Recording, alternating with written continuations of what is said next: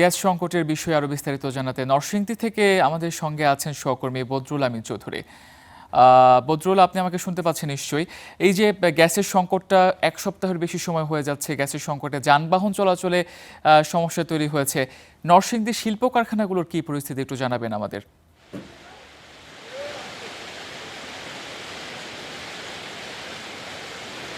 আসলে গ্যাস সংকট কিন্তু নরসিংদীতে চরম আকার ধারণ করেছে। আমরা সকালে আমি এখন যেই স্থানটিতে দাঁড়িয়ে আছি এটি হচ্ছে শিল্প এলাকা চৌয়ালা। এখানে কিন্তু প্রায় ৩ শতাধিক ছোট বড় টেক্সটাইল ফ্যাক্টরি রয়েছে এবং তার পাশাপাশি কিছু ডাইং এবং সাইজিং মিলও রয়েছে, যেগুলো কিন্তু সম্পূর্ণ গ্যাস এবং বিদ্যুতের দ্বারা পরিচালিত।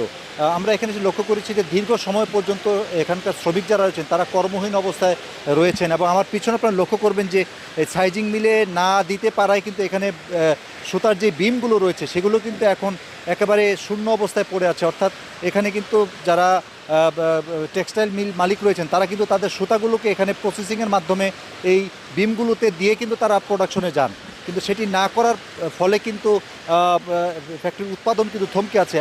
আমি আপনাদেরকে একটু দেখাতে চাই, এখানে কিন্তু বিভিন্ন শ্রমিকরা যারা বিভিন্ন জায়গায় কাজ করেন, বিভিন্ন একটি ফ্যাক্টরির যে কোনো বিভিন্ন অংশে যারা কাজ করেন তারা কিন্তু সবাই এখন অলস সময় কাটাচ্ছেন, কেননা একদিকে গ্যাসের সংকট, পাশাপাশি বিদ্যুতের যে লোডশেডিং সেটি কিন্তু মারাত্মক আকার ধারণ করায় কিন্তু এই অবস্থা, একটা অচল অবস্থার সৃষ্টি হচ্ছে। আমরা এখন কথা বলার চেষ্টা করব এই সংশ্লিষ্ট যারা রয়েছেন যে আপনাদের বর্তমান কি অবস্থা এখন।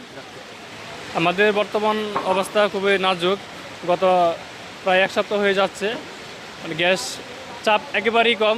মানে আমাদের প্রোডাকশন 100% চাইতে প্রায় 20%-এর মধ্যে চলে আসছে। প্রোডাকশন না হওয়ার কারণে আমাদের যারা দিনমজুর আছে, শ্রমিক আছে, তারা সাপ্তাহিক যে আমরা পেমেন্ট করি টাকা দিতে পারতেছে না, অ্যাডভান্স টাকা দিতে পারতেছে না। এবং আমাদের যে পার্টি আছে, পার্টিদের সাথে আমাদের অনেক সম্পর্ক নষ্ট হচ্ছে। তাদেরকে যে কমিটমেন্ট দেওয়া হচ্ছে, কমিটমেন্ট মতো আমরা কাপড় ডেলিভারি দিতে পারতেছি না। একই অবস্থা দেখা যাচ্ছে ইলেকট্রিসিটির সমস্যা করতেছে। গত রাত্রে কারেন্ট গেছে 17 বার, আজকে সকাল থেকে এখন পর্যন্ত 8 বার কারেন্ট গেছে। এখন এতবার যদি ইলেকট্রিসিটির সমস্যা হয়, আমাদের প্রোডাকশন তো একবারে জিরো লেভেলে চলে আসতেছে। তো আমাদের একটা দাবি, যারা এই বিদ্যুৎ কর্তৃপক্ষ আছে, গ্যাস কর্তৃপক্ষ আছে, তারা মেহরবানি করে যত দ্রুত সম্ভব এই সমস্যা থেকে সমাধান করার জন্য, না হলে আমাদের ইন্ডাস্ট্রি, আমাদের ফ্যাক্টরি একেবারে বন্ধ হয়ে যাবে এবং আমাদের শত শত শ্রমিক বেকারস্থ হয়ে পড়বে। আসলে যেমনটি বলছিলেন, এই সমস্ত শিল্প কলকারখানাগুলো কিন্তু গ্যাস এবং বিদ্যুৎ নির্ভর, এবং এখানে যদি নিরবিচ্ছিন্ন গ্যাস এবং বিদ্যুৎ সরবরাহ না করা হয় তাহলে কিন্তু যেই ধরনের অবস্থার সৃষ্টি হয় সেটি কিন্তু এখানে বিরাজ করতে, অর্থাৎ একটা অচল অবস্থা বিরাজ করছে।